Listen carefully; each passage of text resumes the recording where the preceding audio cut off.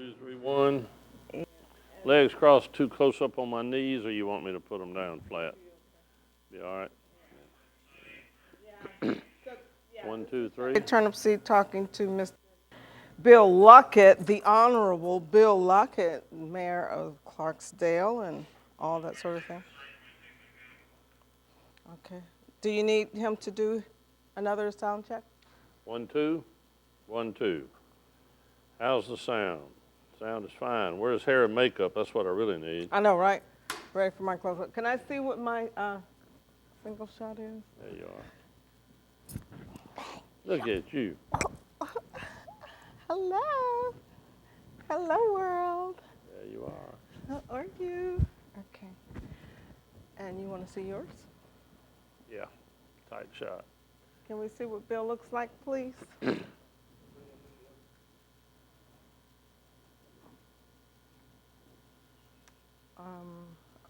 Okay. Tourism, we're going to talk about What other ideas do you have? your club, of course. Do that, Ground Zero Blues Club. Yeah. We had a photo shoot there today, some models down from Memphis.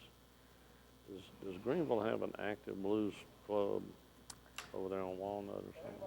It used to be. And here's how it works. It's just you talk to me, of course. Forget about the cameras. They will pick up I'm the an shot actor, that they I know make. better. Yeah, right. Don't ever look at the camera.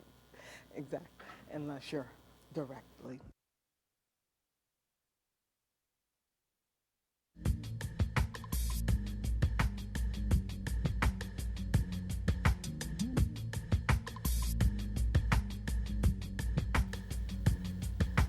Welcome to Delta Renaissance. I'm your host, Sade Turnipseed, and on this evening's show, I have with me in the studio the Honorable Bill Luckett, Mayor of Clarksdale, Mississippi. Welcome. Glad to be here. Thank you. I'm so happy you're here.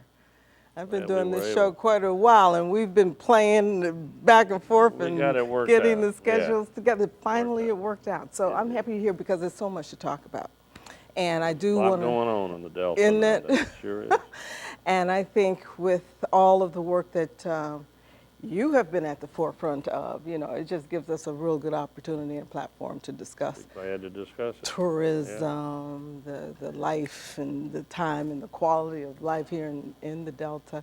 I've been an admirer of your work for so many years, and again, that's why I'm happy that you're here today.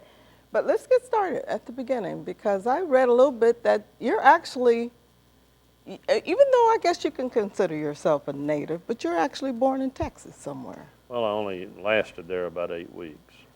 My mother and father were living in Oxford at the time. My dad was a law student. He'd come back from World War II, gone to law school at Ole Miss. My mother was an only child, was working for the athletic department. She wrote Charlie Connolly's $12 a month checks back in the day. This was 1948. And since she was an only child, and since Oxford didn't really have a hospital at the time, her parents insisted that she come home to have me, and at that time they lived in Fort Worth, Texas. So she went to Texas, had me, 6 to 8 weeks old. My father went to Texas from Mississippi, got us both, brought us back. We lived a short while in Oxford, maybe a couple of weeks when he finished school in May of 48, and moved to Clarksdale. So except for out-of-state college at the University of Virginia, a 1 year more or less military active duty service. I did stay on as an officer in the National Guard for about 8 more years. And law school in Oxford. I have really been in Clarksdale all my life. Yeah, now your father, he too was an attorney, is that correct? Yes, I went into practice with him and my then wife immediately out of law school, and my dad died in '96, and the firm still bears our name, Luckett Tyner Law Firm in Clarksdale. So Oh, okay. So this was the law firm that your father actually. my father's actually some brewers from Harvard Law School had started the law firm. My dad joined them in '48, and then ultimately I came back to practice law in December of '73, having been through college, through the Army, and through law school. Now, are you an only child? No, I have 2 sisters, one of whom lives just near Fort Worth, of all places, although she was born in Clarksdale. And I have a younger sister, another younger sister, who is in the family home on Clark Street in Clarksdale, the same house I grew up in. So your whole life has been dedicated and spent pretty much Pretty much. I had a around the Delta in second Clarksdale. home in Memphis for a while, and I had a law practice up there. But you might recall in 2011, I ran for the Democratic nomination for governor, and I sort of tucked everything back into Mississippi at that time and stopped practicing law, at least very much, in Tennessee. I still have one case left up there that I'm still involved with, but sort of tucked everything back into Mississippi at that time. So you've been practicing in multi-states for I have. several I've years. been practicing in a lot of states, primarily Mississippi, and then secondarily Tennessee, and then somewhat Arkansas, Alabama, Arizona. I've been in a lot of states with different types of legal matters over my now 41-year career as a lawyer. Yeah. A new mayor, but I'm an old lawyer. Yes. So we Been can. mayor 2 years now. It's been 2 years. Took and office July 1st of 13. So politics, how did that happen? Of course, it's a natural transition from the Well, practice of law. I had no aspiration to get into politics. The last political, so to speak, office I held was the president of my senior class in high school.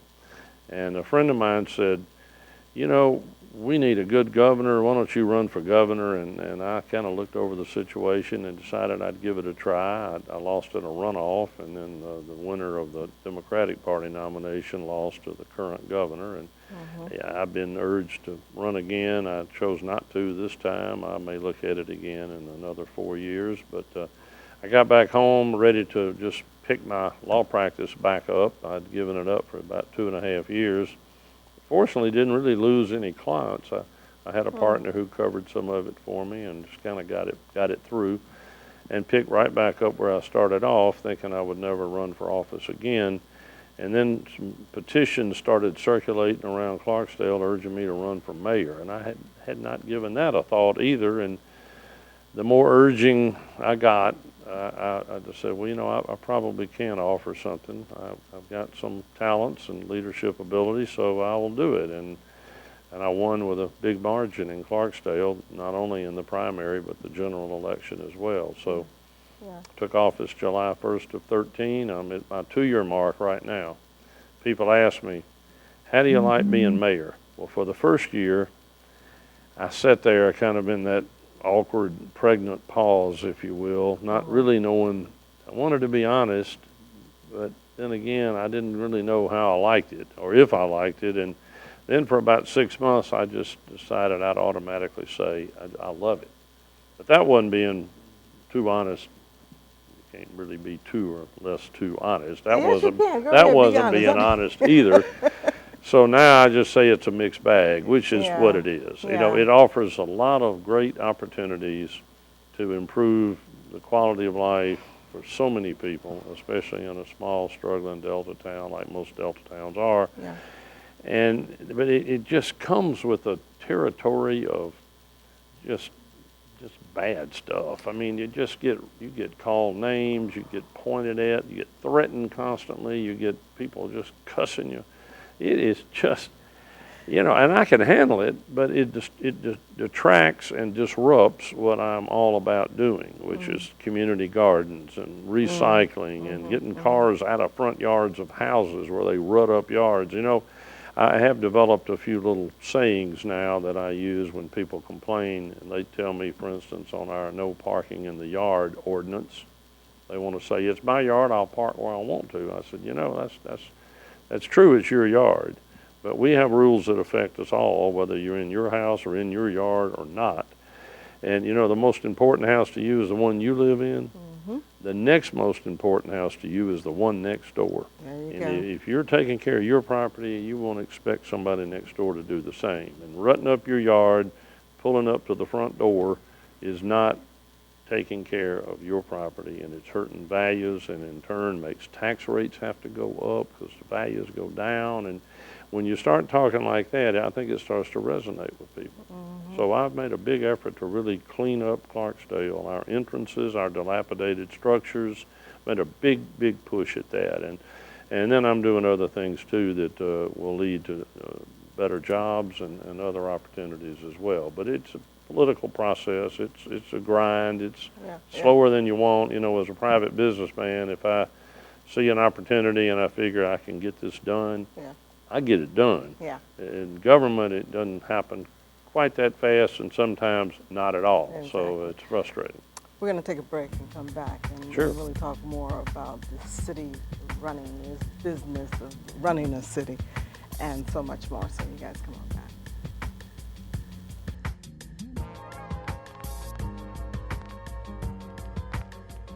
I'll give you shorter sound bites if you No, want. no, that's good because, again, nobody knows your story like you know your story. And all I can do is just kind of, and it's about you, it ain't about me. So.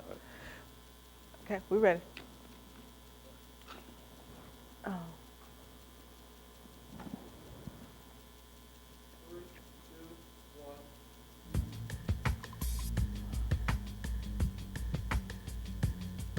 Welcome back. I'm in the studio this evening with the Honorable Mayor, Bill Luckett from Clarksdale, Mississippi.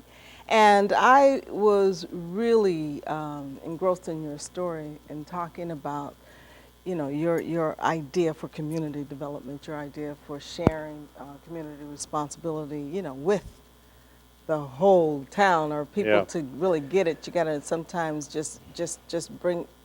Your job is where the rubber meets the road, you know? I've learned that. You know, Yeah. state representatives and state senators may be very well intended and be doing a good job, but I see they're insulated and they're isolated.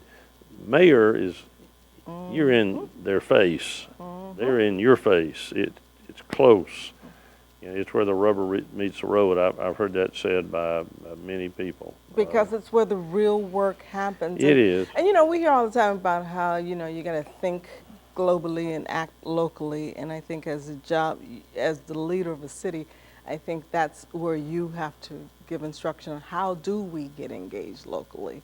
And sometimes it can be just as simple as keeping your yard clean, you know? You know, it's that broken window policy that I think one of the New York mayors instituted years ago. You take care of the small things, the bigger things tend to take care of themselves. Putting a little self-esteem, a little pride here. I lead litter patrols. We've had flower planting exercises up and down some of For our the main whole beautification entrances. process. So Yeah, is that something yeah. that's really? We're hoping it gonna catches affect- on. Uh-huh. Well, it's just going to take, you know, it's going to take a little bit of a cultural shift, just like how badly we need early childhood education in Mississippi. Education is the only way out of poverty. We Yes. don't, as a state, seem to be dedicating enough emphasis, especially on early childhood learning. And it's going to be interesting to see this Constitutional Initiative 42 come up for MAEP, Mississippi Adequate Education Program funding. That'll be interesting. One exciting thing I've got in progress in Clarksdale, though, and you know, the saying is when one door closes, another will sometimes open. Look for the window. I came Yeah. back from my unsuccessful bid for governor. I had nothing on my law calendar, if you will. I thought I was going to get elected, you know, and I lost in that runoff. And I came back, and so many people for years, because of my close friendship with Morgan Freeman, had been approaching me about taking this script. Wouldn't he be good in this part? Well, I'm not his agent, so they're talking to the wrong person there. But you are his attorney, right? I am his attorney for non-movie, non-film Related type things. activities. Okay. I do everything from helping him on house issues with other issues, but not his film work. And then you're his business partner as well. I'm his business partner in a number of different ventures Right, as right. well. But anyway, I took the opportunity to learn the film business. About that time, Mississippi had developed some really competitive incentives. We match up with Louisiana. Now we more than match up with Louisiana because they've just Really? had a big change in their In the law. film Incentives legislation. thing. Right. And we match up with Georgia.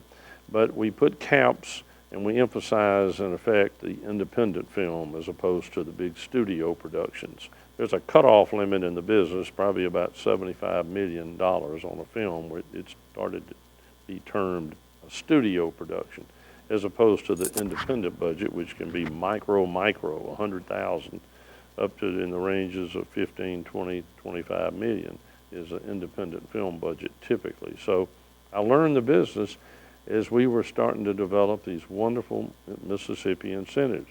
Most states offer a tax credit based on how much you spend in their state. Mississippi offers a cash rebate to get a tax credit, you typically have to discount the amount for the credit to cash it out.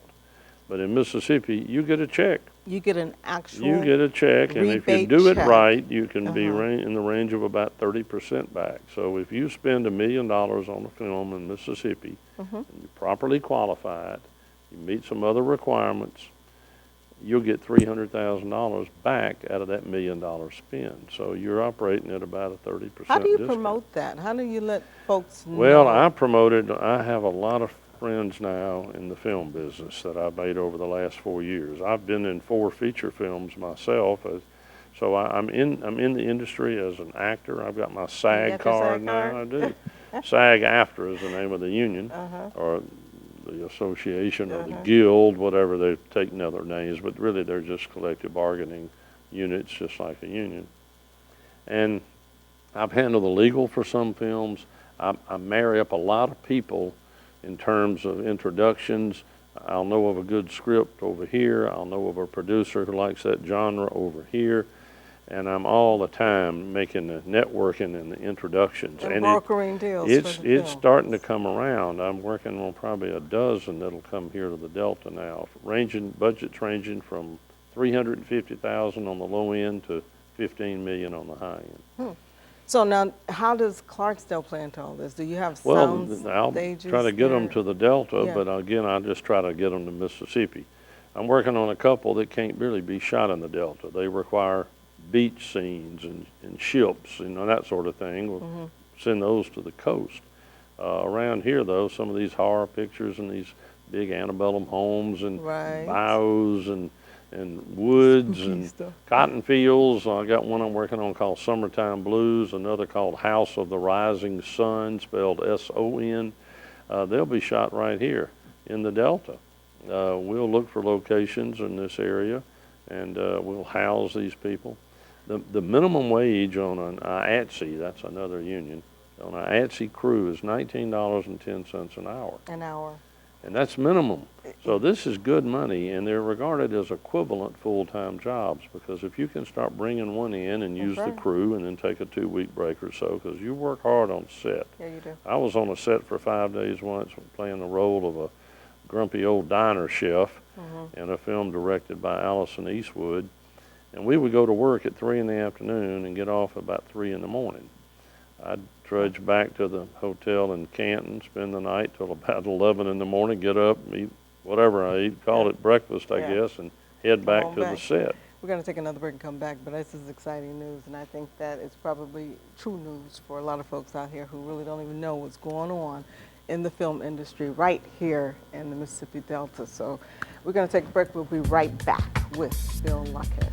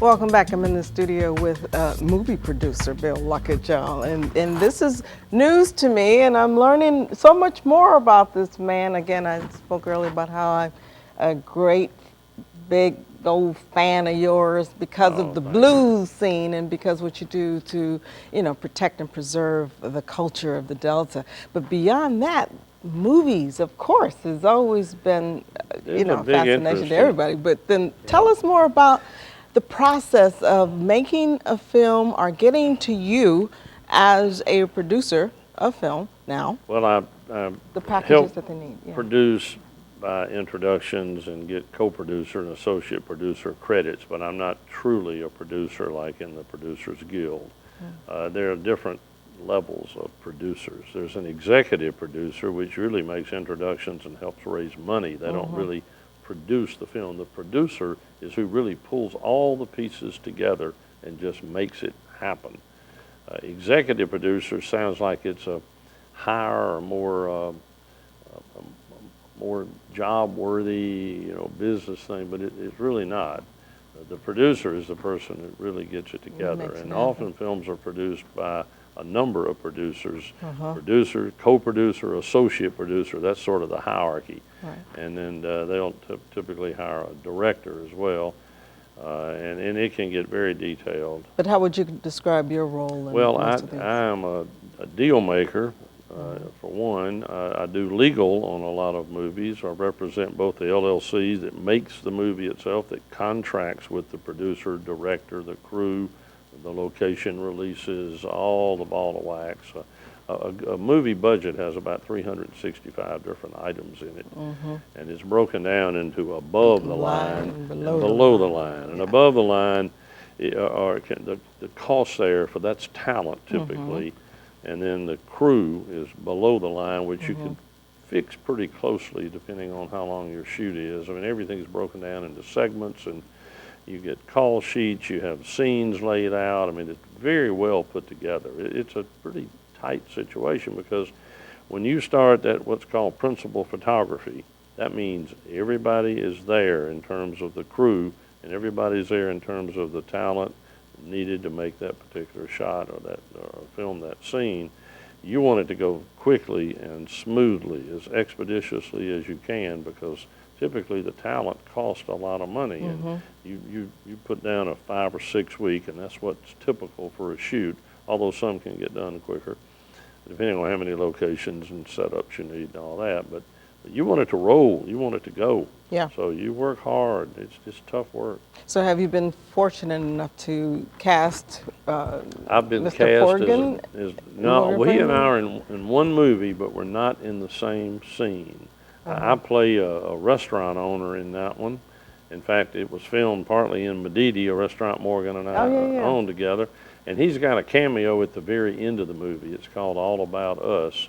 Ryan Bathay is the female lead, and I can't think of the male lead, but he was the model for the Nike ads. He's a black German, played in Wimbledon, excellent tennis player and all. Boris was his first name. Oh, Cujo. Yeah, That's right. And then I was in another one, two I've actually played a judge in, one called Texas Heart that just filmed about 6 months ago in Mississippi, another one called Blunt Force, which filmed a couple of years ago down on the Gulf Coast in the old Jackson County Courthouse, and then I played a grumpy diner chef in one. I've got a role coming up of a character called Earl in a horror movie that'll shoot around here. Some of these people out of L.A. want to test the waters here first, and so they want to make the low-budget film, and then they want to come in with a much bigger budget film. So you got a chicken and egg thing going on. To get a crew base in Mississippi, you got to have movies. But to have movies, you got to have a crew base. Now, is there training facilities going on? Well, Hines Community College teaches several different disciplines in the film business, and I'm hoping we're going to grow one here in the Delta eventually. When the demand is there, I've talked to the president of Coahoma Community College. He says, we'll get the instructors. I've got some LA people who want to come in here and actually teach the skill of being a best boy or a grip. These are all foreign names. That's what I'm thinking of. Of course, Mississippi Valley State needs to get on board with this. That would be good too. Absolutely. No. Yeah, I mean, that is I'm excited to even know that this is happening and to know that you're an actor. Well, I just, being a trial lawyer, I guess we're all a little bit. Yeah, right. You got to act a little bit every now and then. Acting is I really do enjoy it. I do too. It's been a passion of mine for a long time. I'm from the Bay Area, so we need an anchor lady or something. Let's get you in there. Yeah, give me in. I'm your girl. I'll watch for it. So now, for people who have a script, You know, because that's really where I'm more interested. That's in where the people whole who- movie starts. with a Exactly, script. a good You got script. to have the script, because from the script, somebody likes it, somebody wants to invest in it, somebody sees it, they have the vision, this is a good movie. You got to have a script gotta to have a start script. with. An idea won't cut it. You got to have it all laid out. Right. Scripts are subject to being changed a little bit, Right. and some of them are, most of them are actually. You build your budget off your script. Of course, your talent can run from whatever you want to pay, so your budget can be anything. But below the line, you can settle it pretty tightly. You kind of know what it's going to cost below the line. Spend as much as you can raise above the line as you attract better talent, the A-list talent. Yeah, and I'm hoping that Kahoma or the other universities around here too, again, would invest in that aspect of the industry, you know, again, generating wonderful scripts about the Delta or Yeah, about a things lot of that them are. can be shot I read a lot of here. them now that are a lot about kind of the mystical side of blues and the crossroads and the myths and Right. the searching out these old blues guys. I bet Yes. I've read 6 scripts recently that have that theme in them. So how does, if there are some writers out there, and I'm sure there are, wanted to get to you a script, what would be the They process? find me. I'm right there in You Clarksdale. Google 'em, huh? You call the mayor's office. Call my law office. But look, we're going to take, we're going to make this into 2 parts. So this is going to be part 1 of our sit-down discussion here with the mayor, the actor, the entrepreneur, Bill Luckett. And we're going to come back again next week and really get more in depth with, I'll be glad again, to. the entrepreneurial side of Mr. Luckett, the mayor, the actor, all of these things that is just so exciting. I'm happy to see just grew that up you are working so hard, that's all. multi-talented I don't know. and gifted in the way you are. So we're I going learned to a be lot back, of things as a child. and it shows. It's showing. So we're going to take a break for a week and come back next week and continue our conversation with the Honorable Bill Luckett. So thank you. Thank you.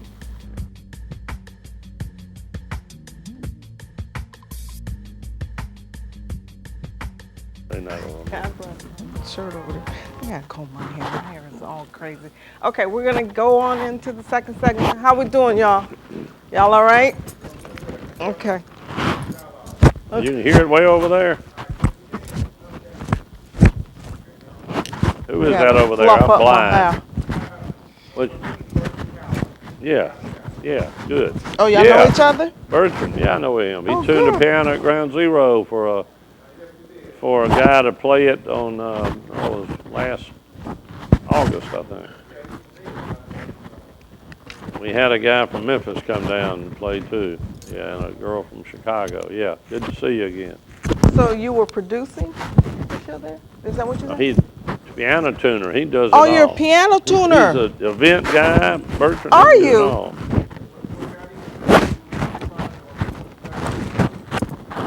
Uh-huh.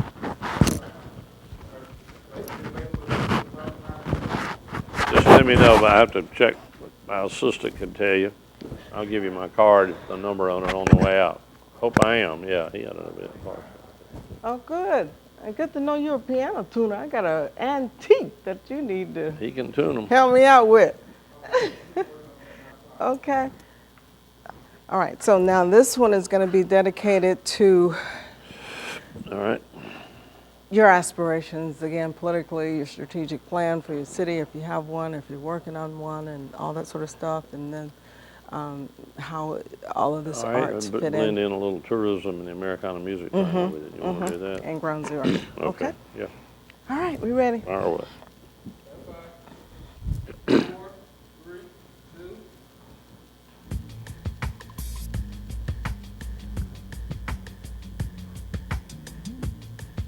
Welcome to Delta Renaissance. I'm your host, Sade Turnipseed, and on this week's show, it's actually part 2 of my conversation